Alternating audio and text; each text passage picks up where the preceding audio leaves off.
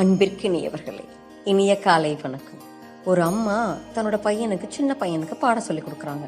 அப்போ அந்த பையன் கேட்குறான், அம்மா இந்த அழி ரப்பர்லாம் வந்துட்டு யார் எழுத்துல பிழை விடுறாங்களே அவங்களுக்காகத்தானே செய்கிறாங்கன்னு கேட்டானோ.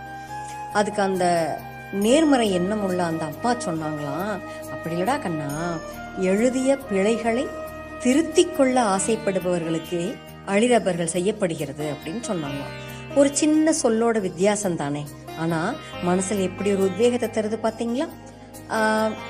கடவுள்கிட்ட வேண்டும் போது கூட நம்ம எப்படி வேண்டணும்னா, கடவுளே நான் ஜெயிக்கணும்னு வேண்டணுமே ஒழிய கடவுளே நான் தோத்து போக கூடாது அப்படின்னு வேண்டக்கூடாதுங்களாம்.